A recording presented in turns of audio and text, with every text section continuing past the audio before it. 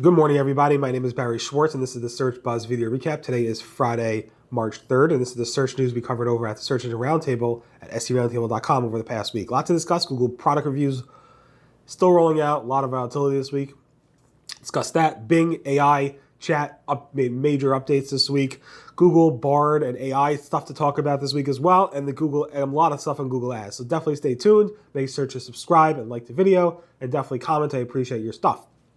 I also like to thank our sponsor. So thank you, Bruce Clay. Bruce Clay is one of the founding fathers of the SEO space, doing search marketing optimization since before even me, well before me. He's been doing it since 1996. Bruce Clay is big into SEO training, so check them out at seotraining.com and also learn more about them at bruceclay.com. Thank you, Bruce, for sponsoring, and thanks for being so important and fundamental and instrumental and a foundation of the SEO industry for so many years. We do appreciate it. Thank you so much. All right, we have a lot to discuss. Just apologize for my voice, a little bit sick this week. Pretty bad cold. Wasn't anything else. Wasn't flu. Wasn't COVID. But it was felt worse to me than when I had COVID. But I'm on the mend and I'm feeling a lot better, but a little bit congested, so I apologize in advance.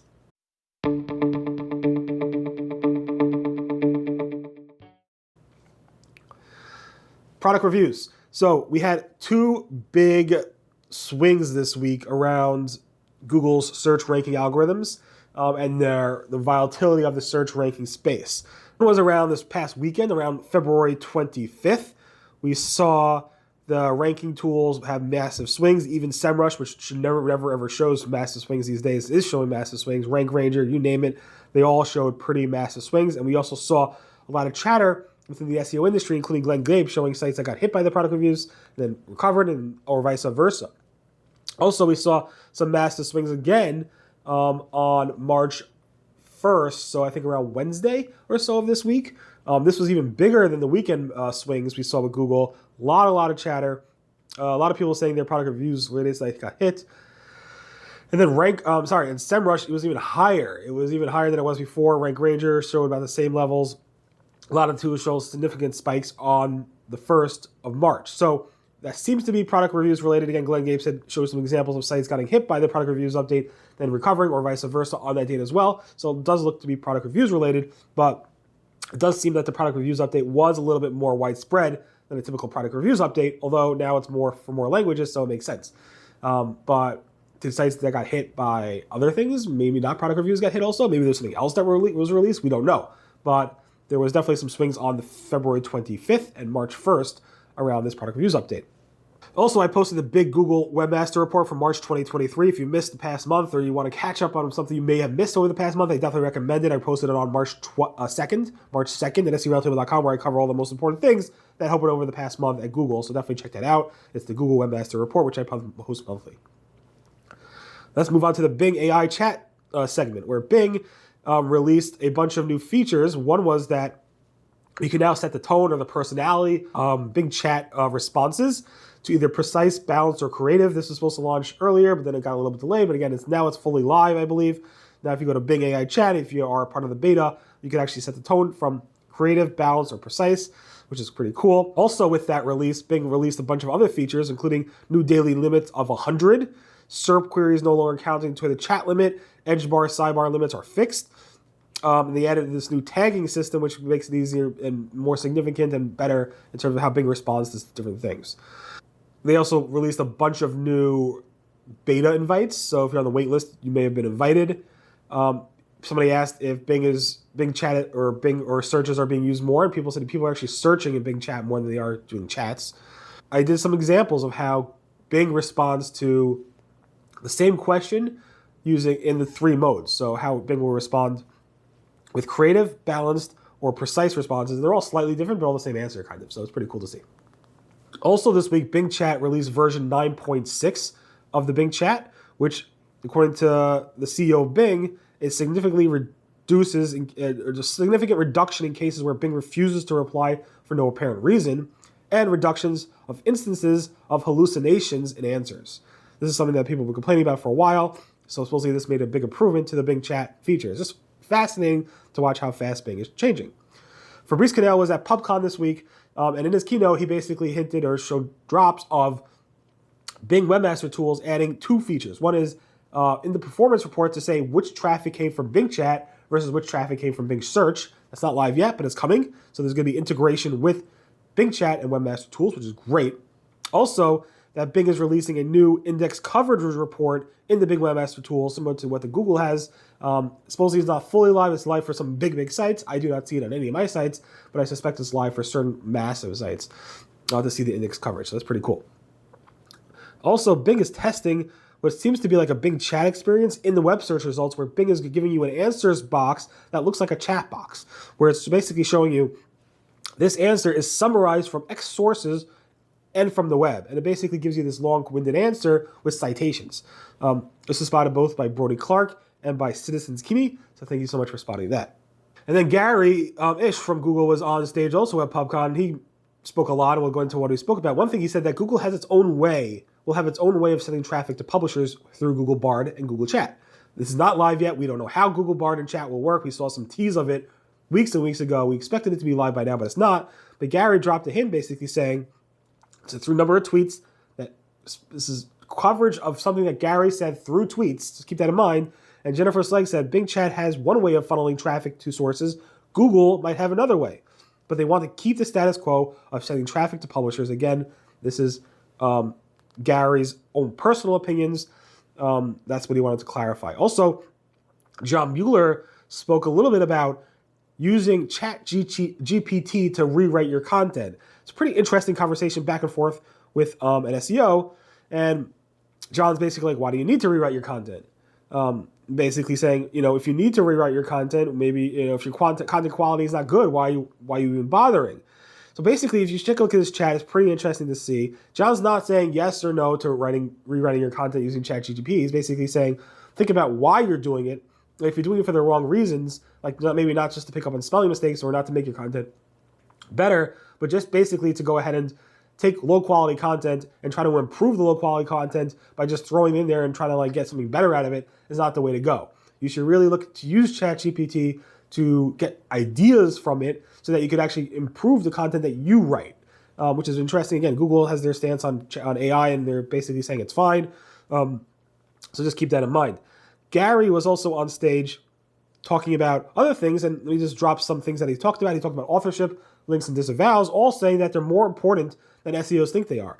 Basically, on authorship, he basically said Google does not really care so much about authorship.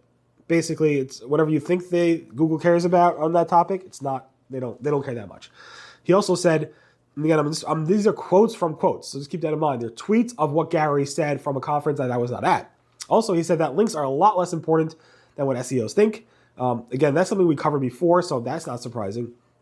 And then he said disavows, again, something we covered before, that most SEOs use disavows and they're hurting themselves doing so. And he repeated that message again at this event. John Mueller spoke a little bit about the lastmod tag in XML sitemaps. Again, Bing announced around their features that lastmod is very, very important for sitemaps, and that you have to make sure to put the right date in the lastmod. But most people don't, and John Mueller basically said the same. Not that it's so important for Google, but the lastmod is often misused, and you should really only update that when the content is significantly updated. So, yeah, they're kind of on the same page there.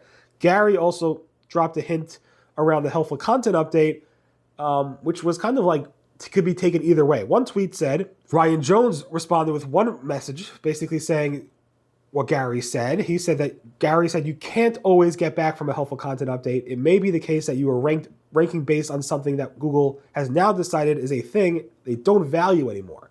So you can't always recover sometimes. And then Kanishi said you may recover from a helpful content update, but the timing is unclear. So maybe he said both. Basically he said you can't always, you may sometimes. It's kind of the same message. Just keep that in mind. Again, didn't really say much there, but it was interesting to hear the multiple takes on a single message. John Mueller said it's an SEO myth to think that you will go ahead and hoard your links and your page rank by using nofollow. He said using nofollow will not help you hoard your links and your link signals and your page rank. That's a myth. Just like, not saying that, there's all these theories around page rank sculpting and siloing. Specifically using nofollow, it's a myth that you go ahead and do that, he said. Google said when you go ahead and move from a temporary domain to another, let's say you're moving from www.domain.com to temporary.domain.com, and then 3 months later you have to move back to the www.domain.com. He's like, use 301s, not 302s. If you have to do it, use 301s.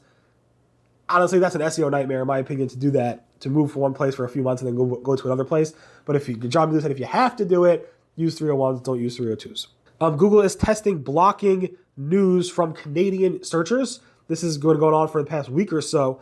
Google confirmed this test, basically saying 4% of Canadian users will see this, where they're briefly testing potential product responses to the Bill C-18 that impacts very small percentage of Canadians. Basically, that bill basically is talking about how Google may have to pay for links and so forth.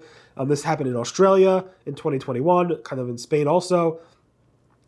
Brian actually showed some examples of this. I'm not sure if these are legit examples, but Google was definitely removing some stuff from the Canadian search results. This is interesting. So this is not new, but supposedly I thought it was new. But Bing, if you do some searches for medical content in Bing search, like do for headache or I don't know, foot pain or whatever, Bing is going to go ahead and show you a LinkedIn response, basically saying, here's the answer that we give you. And this answer for medical questions content was medically reviewed by a specific doctor. And it will link to the LinkedIn profile of that doctor. Very, very interesting. That was a nice spot by Shamim. Google Ads is testing a new design workflow. It's being a limited test for a limited number of users, but they announced it late last night, where they're testing either a single-level menu bar or a two-level menu bar, all with the aim of helping you navigate to the place you want to navigate to in the Google Ads console faster. There's also a reorganized interface where it's broken down into goals as well as audience, keywords, and content. And there's a whole new refresh look with the new branded Google Sans font, larger sizes for friendlier feel and improved readability. So I think a lot of people might like this new interface. Of course, people don't like change, but it is what it is. Google Ads has also updated some policies that are coming out in the near future. One around the malicious software, compromised sites, and unwanted software, as well as some financial changes around financial projects such as cryptocurrencies and stuff like that. So definitely take a look at that if you're in that business. I posted about that yesterday, March 2nd. And Google Ads also launched a bunch of new features. One around creating ads will automatically create assets based on your inputs, such as assets and keywords in ad groups and landing pages. This is part of a bigger update to improve for improvements will roll out in the coming weeks, Google said. This will help you do stuff such as ad strength, automatically create assets, as well as improve. You will be able to remove any automatically created assets you prefer to not include in this stuff. So definitely look at this stuff because Google's going to be doing more automation with your ads in the future. And also Google said they're going to go ahead and remove the ability to do some location targeted setting. Specifically, in March, the search interest targeting and the presence or interest exclusions will no longer be available in Google Ads. So keep that in mind. Those things are going away. And that pretty much recaps the Search Buzz video. Recap again, my name is Barry Schwartz. This is the search news we covered over the Search Engine Roundtable at SEOroundtable.com over the past week. Everyone have a great, safe, healthy weekend. Thanks again to Bruce for sponsoring. Deeply appreciated. Be safe, be well, and I'll speak to you guys next. Goodbye.